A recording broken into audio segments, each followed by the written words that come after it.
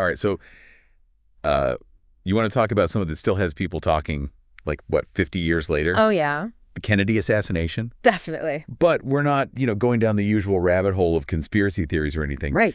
You've given me this, like, stack of academic papers and film excerpts. Yeah. All dealing with how American cinema has portrayed this event, how they've dealt with it. Yeah. It's a really fascinating area, I think, because it kind of gets into how movies, even when they're based on real events, they end up creating their own version of reality. Exactly. So that's what we're looking at today. Yeah. Our mission is to figure out how these films, have shaped the way we remember, or maybe even like misremember the assassination. Yeah. Are we getting closer to the truth through these movies, or are they constructing a new kind of truth? That's the question. Right. One of the papers you gave me talks about film as a cultural commodity. Okay. It argues that movies aren't just entertainment. They're products, right, that can influence our values and even like how we think. Yeah, that makes sense. Yeah. Especially when you consider how many of our impressions of JFK, and the assassination itself come from what we've seen on screen. It's almost like it really is. We're forming this like prosthetic memory, right? An artificial memory built from film images and sounds. That's exactly right. Yeah. Yeah. The paper uses the term prosthetic memory to describe how film can create this really powerful, almost visceral recall of the past. Right. Even for events, that we didn't personally experience, like the Kennedy assassination for many people. And the Kennedy family, even before JFK became president, had a deep connection to Hollywood. Oh, absolutely. Like deeper than you might think if you're not really aware. Oh, yeah. JFK's father, Joseph Kennedy, was a major Hollywood figure in the 1920s. Wow. He produced over 100 films.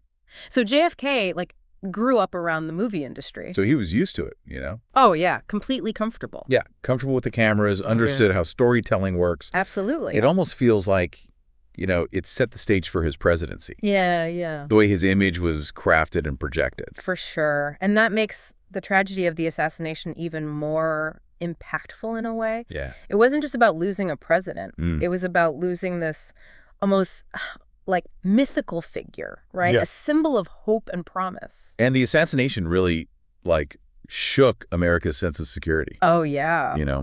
One of the sources you provided talks about how this event shattered the nation's innocence. Absolutely. And fueled, all those conspiracy theories. It makes sense. Yeah. The Warren Commission report concluded that Lee Harvey Oswald acted alone. Right. But it left a lot of people unsatisfied. And that dissatisfaction, that's what created fertile ground for these alternative explanations. And that's where films like Oliver Stone's JFK come in. JFK is a great example. It is. It is. Because it doesn't hold back. It directly challenges the official narrative. Totally. And presents a massive, intricate conspiracy. It even blends documentary footage with these dramatized scenes, blowing the lines between fact and fiction. Yeah, and Stone uses this technique to really make viewers question everything they thought they knew about the assassination. Right. One of the most striking examples is the character of Jim Garrison, the New Orleans district attorney who's convinced the government is covering up the truth. And there's that, that really powerful line from Garrison in the film. I'm not prepared to accept the Warren Commission's version of events. This is about the possible assassination of a president by his own government. Yeah, that's the line that really just lays out Sturm's whole argument. Really sums it up. Totally. And in doing so, Stone taps into that public distrust that emerged after the assassination. Right. He's giving a voice to those who felt like the official story was incomplete, or even a deliberate fabrication. Now, compared to JFK, Peter Landison's Parkland takes a very different approach, doesn't it? It does, yeah. Parkland is much more focused on the immediate aftermath of the assassination. Right. It zooms in on the human drama unfolding at Parkland Hospital, where Kennedy was taken after being shot. Right. We see the doctors and nurses just desperately trying to save his life. Yeah. Secret Service agents grappling with the chaos. Right. And even, Abraham Zapruder. Right. The man who accidentally filmed the assassination, trying to make sense of what he captured on camera. It's fascinating how Parkland chooses to focus on those individual experiences. Yeah. Rather than, diving into the conspiracy theories. Yeah, it's a much more intimate perspective, Yeah. While JFK wants to, blow the lid off the supposed cover-up. Right. Parkland is more about capturing, the raw emotion and the confusion of that day, It shows how this monumental event impacted ordinary people. Right. Creating a sense of shared trauma and collective grief. So both JFK and Parkland deal with the Kennedy assassination. Yeah. But they frame it in completely different ways. Totally different. Leading to very different interpretations of the event. Yeah, and this ties back to the idea of that, what was it? Prosthetic memory. Prosthetic memory, right? Yeah. The filmmakers, through their choices of which details to highlight, which characters to focus on. Right. They're shaping how we perceive and remember the assassination. It's almost as if they're, constructing a memory for us. Yeah, it really is, yeah. Especially for those of us who weren't alive to experience it firsthand. Absolutely. It makes you think about how powerful film can be. Oh, yeah. In influencing our understanding of history. It's definitely something to consider. Because both films, in their own way, contribute to this larger cultural narrative about the Kennedy assassination. Right. They become part of the collective memory, even if that memory is fragmented and filtered through the lens of cinematic storytelling. Right. Yeah. Wow. That's a lot to think about. It's amazing how the Kennedy assassination, continues to be this source of fascination for filmmakers. It really is. Yeah. It's not going away. It seems like each film offers a new angle, a different way of grappling with the event and its aftermath. Yeah, it speaks to the fact that this wasn't just, a political assassination. This was a cultural earthquake. Right. And cinema, with its ability to blend, fact, fiction, emotion, is really uniquely suited to exploring those, seismic shifts. Now, we've talked about JFK and Parkland. Right. But what about a film like Executive Action? It came out in 1973, just a decade after the assassination. Right. And it really leans into those conspiracy theories. It does, yeah. Doesn't it? Executive Action is interesting because it really taps into that growing distrust of authority that was so prevalent in the 1970s. Right. Especially after Watergate, Right. The film suggests that, that a group of wealthy, powerful figures orchestrated the assassination. Right. Motivated by their opposition to Kennedy's policies. That's a pretty bold claim. It is. And it implicates figures like Lyndon B. Johnson, Exactly. And by presenting this, alternative narrative, Executive Action, fed into the public suspicion that the official story was a cover-up. Right. It became part of this larger cultural conversation about who had the power, Right. who was pulling the strings, and whether the truth was being hidden from the American people. It's almost like the film itself became a conspiracy theory. In a way, yeah. Yeah. It's adding fuel to the fire of speculation and distrust. But then you have a film like Jackie, which came out in 2016, and it takes a completely different approach. It does. Yeah. Totally. It's not about the conspiracies or the political intrigue. Yeah. It's about Jacqueline Kennedy's personal experience in the days following the assassination. Jackie is fascinating because it chooses to focus on the human cost of this event. Right.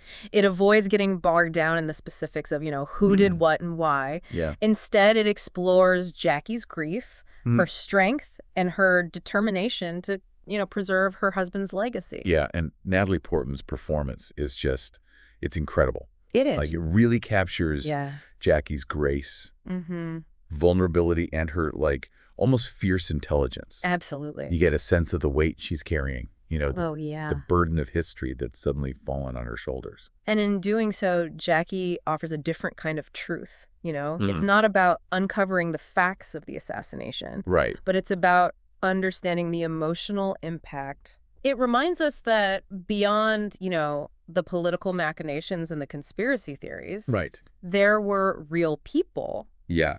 Whose lives were shattered by this event. It's like a powerful reminder of how cinema can be used to, explore different facets of history. Absolutely. You can have a film like JFK that's all about digging for evidence and exposing secrets. Right. And then you have a film like Jackie. Yeah.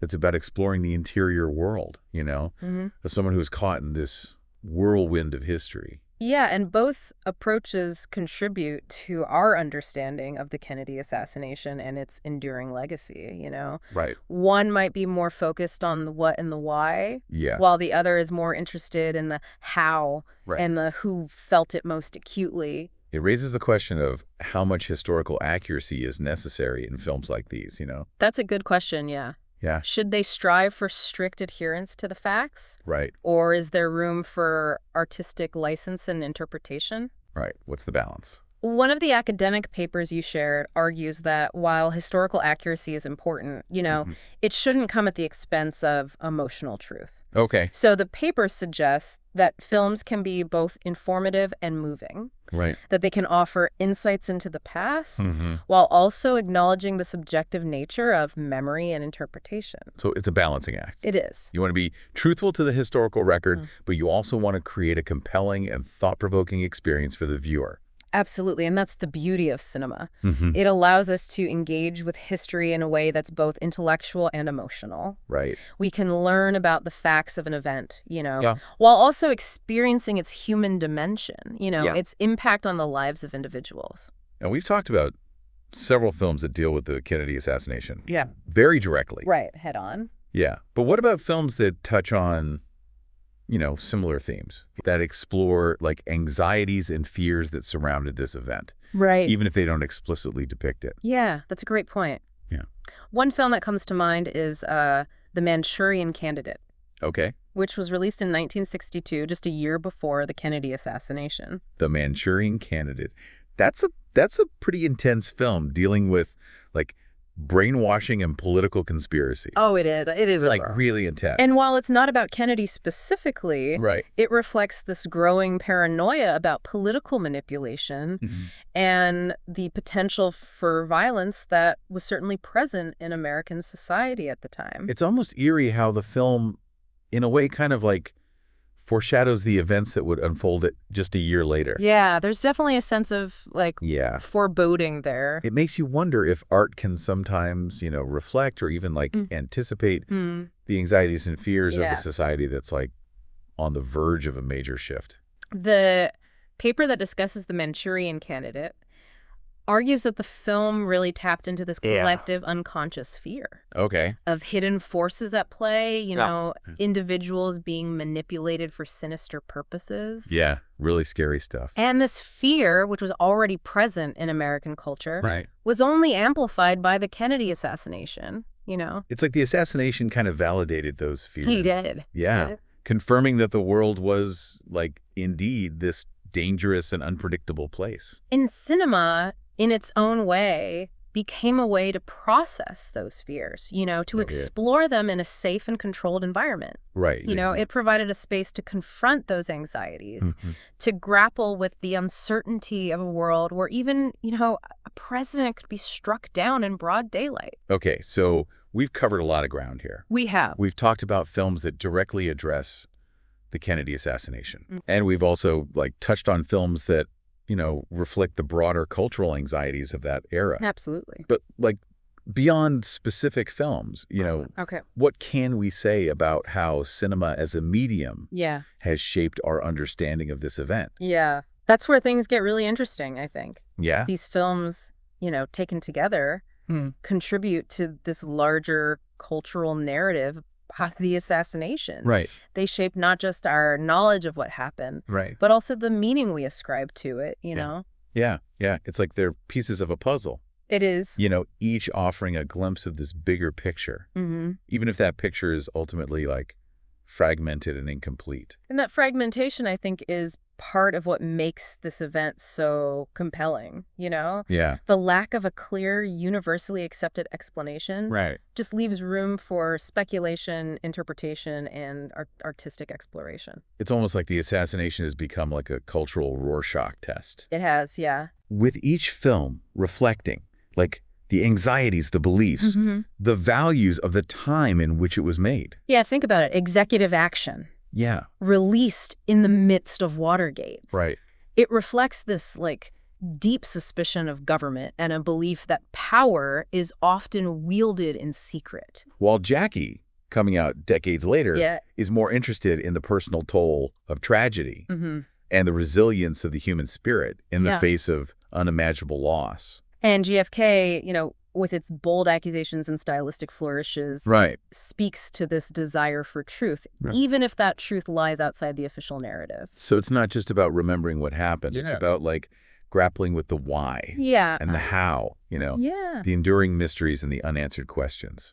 And cinema gives us that space to do that, to explore those questions in this visceral, emotional way. And in doing so, it keeps the memory of the Kennedy assassination alive. Yeah. Not just as this, like, historical event, but as this, like, cultural touchstone, this wound that continues to, shape America's identity. Yeah. It's a reminder of the power of images, of storytelling. Yeah. And of the ways in which the past continues to resonate in the present. And all of this, of course, leads to even more questions.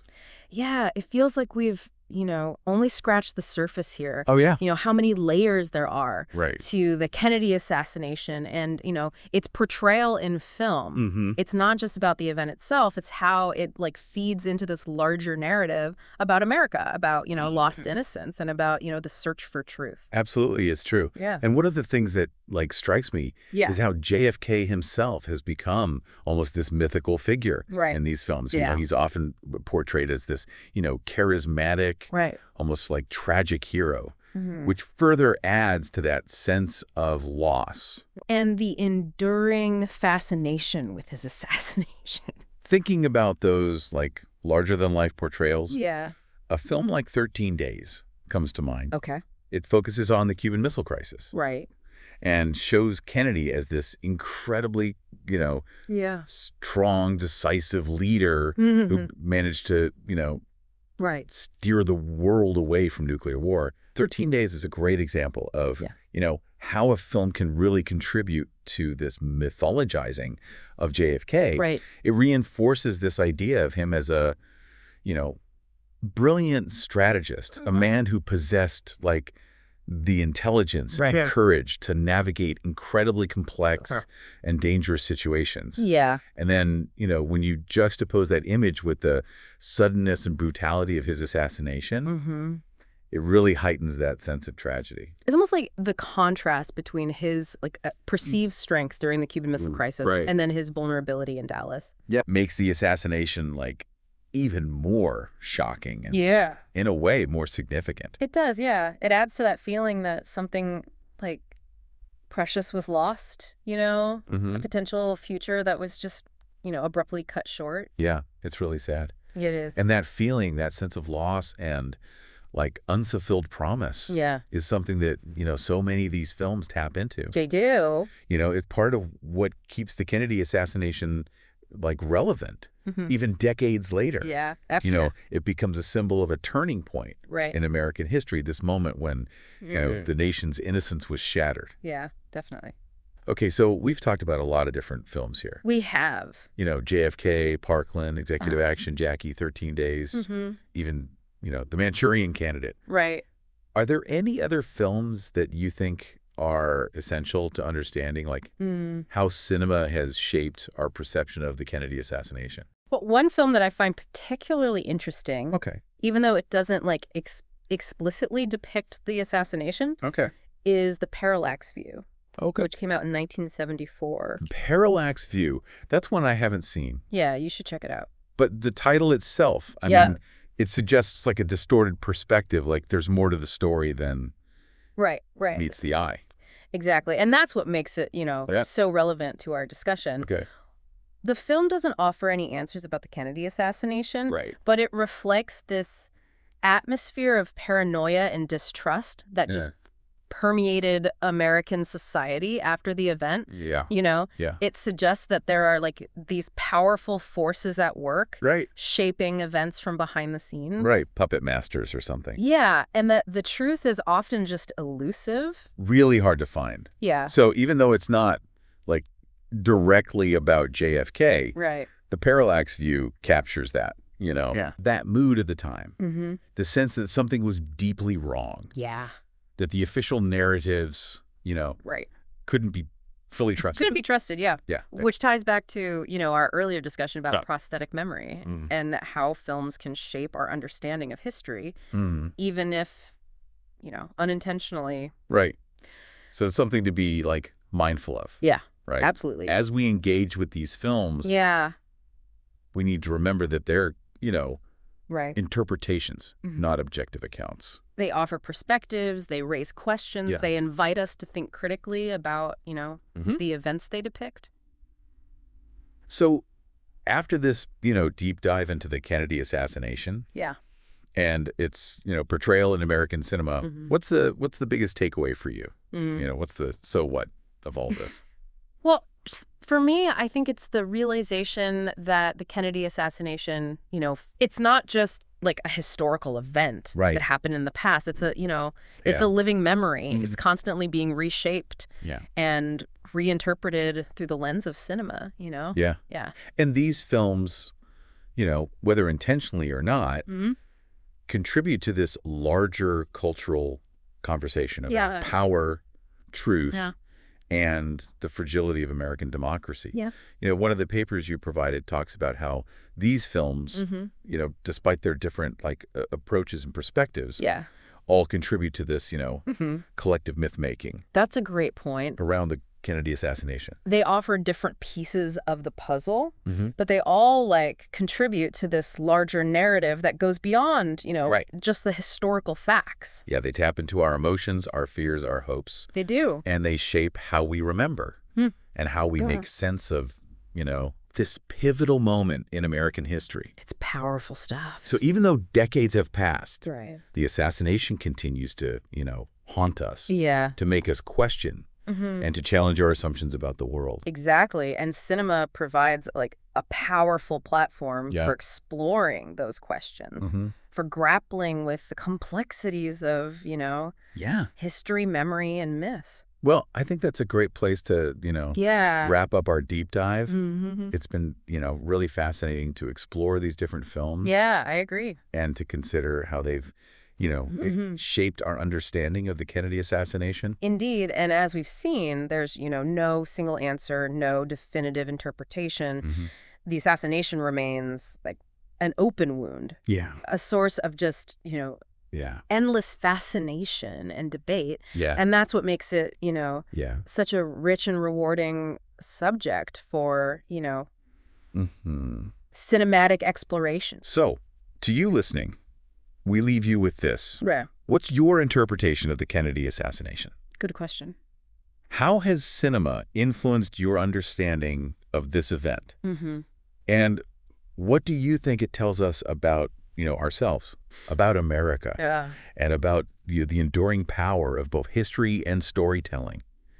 Keep those questions in mind, as you watch these films and as you engage with this ongoing cultural conversation. For sure, the journey of exploration doesn't end here. Until next time, keep questioning, keep exploring, and keep diving deep. Definitely.